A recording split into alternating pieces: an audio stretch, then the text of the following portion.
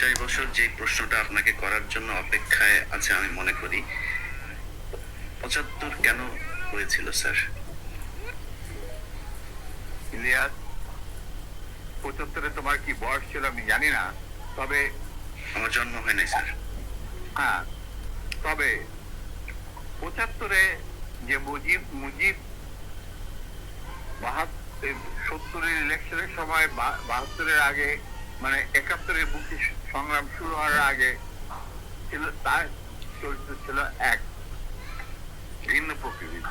তিনি বাঙালি জাতীয়তাবাদের সংগ্রামে অপেক্ষা অবদান রেখেছেন, কিন্তু স্বাধীনতা যখন পাকিস্তান আর্মি 25-26 রাতে মানে বাঙালিদের উপর, নিরীহ বাঙালিদের উপর সন্ত্রাস বা অ্যাট্রোসিটি বলো, জেনোসাইড বলো চালালো, এবং যাতে লক্ষ লক্ষ হাজার হাজার শিশু, নারী, পুরুষ প্রাণ হারালো, ছাত্র জনতা কোনো কারণ ছাড়া। তারপর তখন সেই অবস্থায় আমাদের দেশের তথাকথিত বড় বড় জাতীয় নেতারা বিভিন্ন দলে, তাদেরকে কিন্তু কাউকে খুঁজে পাওয়া গেল।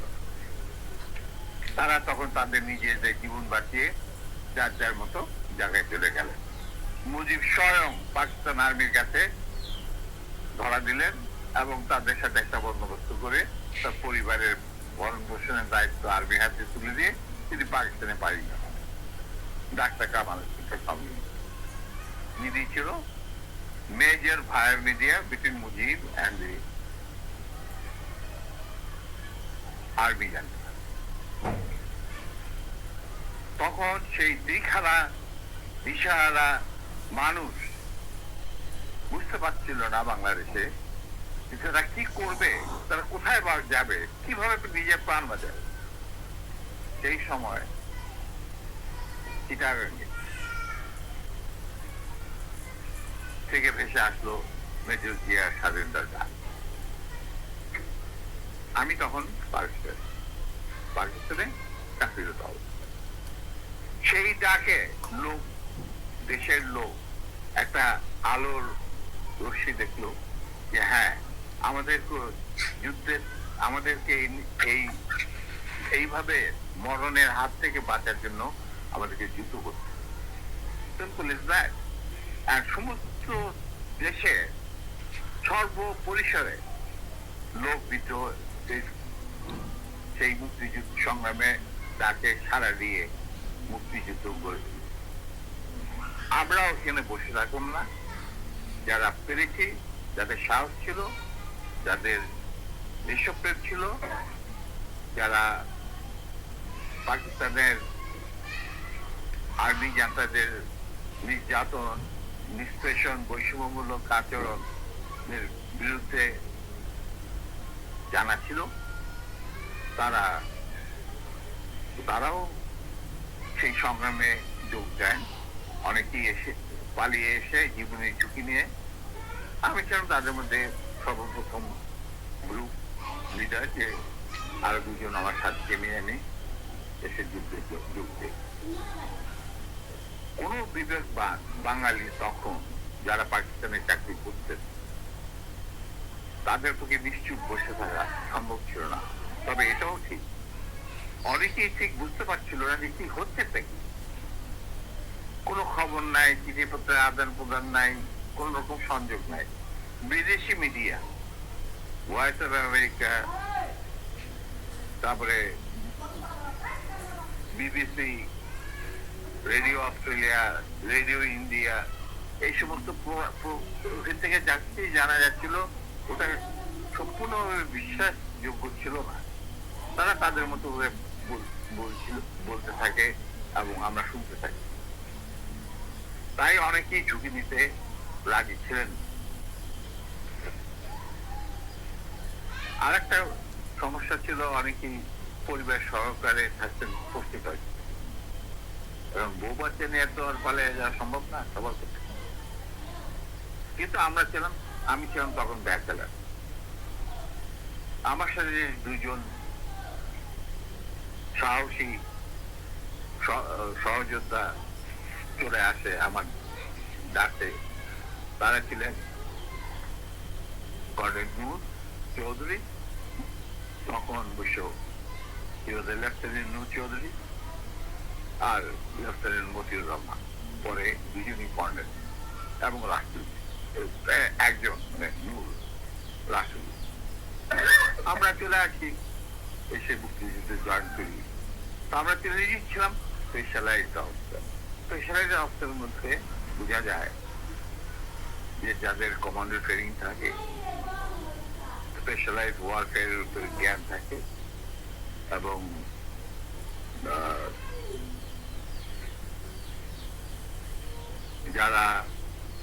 যাদের ইন্টেলিজেন্স অপারেশন কিভাবে বিশ্বজুড়ে চলে সেই সকল জ্ঞানে তারা অভিজ্ঞতা সঞ্চয় করেন বিভিন্ন কোর্সের মাধ্যমে। আমরা ছিলাম তিনজনই সেই ধরনের অফিসার। তাই আমরা জীবনের ঝুঁকি নিয়ে আল্লাহর নাম নিয়ে বেরিয়ে পড়ি এবং অতি সহজেই দিল্লি পর্যন্ত পৌঁছে যায়। এবং সেখানে আমাদেরকে রিসিভ করা হয় সাউথ ব্লকে, মানে প্রাইম মিনিস্টারের অফিসে শ্রীমতী ইন্দিরা গান্ধী, র প্রধান founding father general Ruman Singh, DP ধর, মুখ্য সচিব প্রাইম মিনিস্টারের and in charge of Bangladesh affairs, এনারা আমাদেরকে রিসিভ করে। তারপর অনেক আলাপ আলোচনা, কিছুদিন ট্রেনিং, ব্রিফিং, পরে আমাদেরকে মুজিবনগর সরকারের কাছে হ্যান্ড ওভার করে দেওয়া হয় এবং আমাদেরকে দিল্লি থেকে নিয়ে আসার জন্য general Usmani, commander in chief মুক্তি ফৌজ, জনাব Tajuddin, prime minister of the provisional government, 7 দফা চুক্তি করার পর, আর ফরেন মিনিস্টার খন্দকার মুশতাক আহমদ, যিনি আমার বাবার ক্লাসমেট, তারা আসেন দিল্লিতে। এসে তাদেরকে ফর্মালি আমাদেরকে হ্যান্ড ওভার করে দেওয়া হয়। তারপরে আমাদের তিনজনের মধ্যে দুজনকে, আমাকে এবং মতিকে, অ্যাপয়েন্ট করা হয় as guerrilla adviser to the sector commander. মানে 11টা সেক্টরের মুক্তিযোদ্ধাদের রিক্রুট করা, তাদের ট্রেন করা, তাদেরকে ইন্ডাক্ট করা, অপারেশন করানো, সব দায়িত্ব পড়ে আমাদের দুজনের উপর। এবং আমরা এই 11টা সেক্টরকে ভাগ করে নিই। আর Noor being the junior most, Osmani সাহেব ওনাকে তার পার্সোনাল স্টাফ অফিসার হিসেবে মুজিবুর সরকারের যে হেডকোয়ার্টার ছিল মুক্তি বাহিনী, সেখানে তার সাথে রাখে। এবং শেষ পর্যায়ে কিছুদিনের জন্য অনেকটা দৃঢ়তার সাথেই উসমানীর সাথে আলাপ করে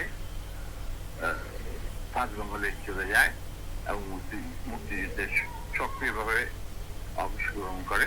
সেও আঘাতপ্রাপ্ত, মানে সেও যুদ্ধে ইনজিওর্ড হয় একটা অপারেশনে, এবং তাকে বীর বিক্রম খেতাব দেওয়া হয়। আর আমি যুদ্ধের সময় 3-4 বার আহত হয়েছি। তার একটা নিদর্শন আমার দেখো, হাতের অবস্থা এখানে সেখানে সবকিছু আমার দীর্ঘতায় আর্টিফিশিয়ালি ক্রিয়েটেড, রিক্রিয়েটেড, যেটাকে প্লাস্টিক সার্জারি বলা হয়। But then I continue. তারপর সেনাবাহিনী গঠন করা, বাংলাদেশ মিলিটারি একাডেমি স্থাপন করা, পিটি স্কুল মানে ফিজিক্যাল ট্রেনিং স্কুল স্থাপন করা, সিলেটে ওয়েপন অ্যান্ড ট্যাকটিক শেখার স্কুল স্থাপন করার সব দায়িত্ব আমরা পালন করি। এর সাথে সাথে চলে রিক্রুটমেন্ট ফর আর্মি, যে 5টা ব্রিগেডের দায়িত্ব দিয়েছিল এই ব্রিগেড 5টা এবং বিমান বাহিনী নৌবাহিনীর জন্য রিক্রুটমেন্টের ইনচার্জ ছিলেন deputy chief of staff Zia Rahman. যদিও তিনি সিনিয়র ছিলেন, তাকে তো বানায়নি, তাকে তো কর্নেল বের করে দিচ্ছে, কিন্তু পারেনি আমাদের জন্য।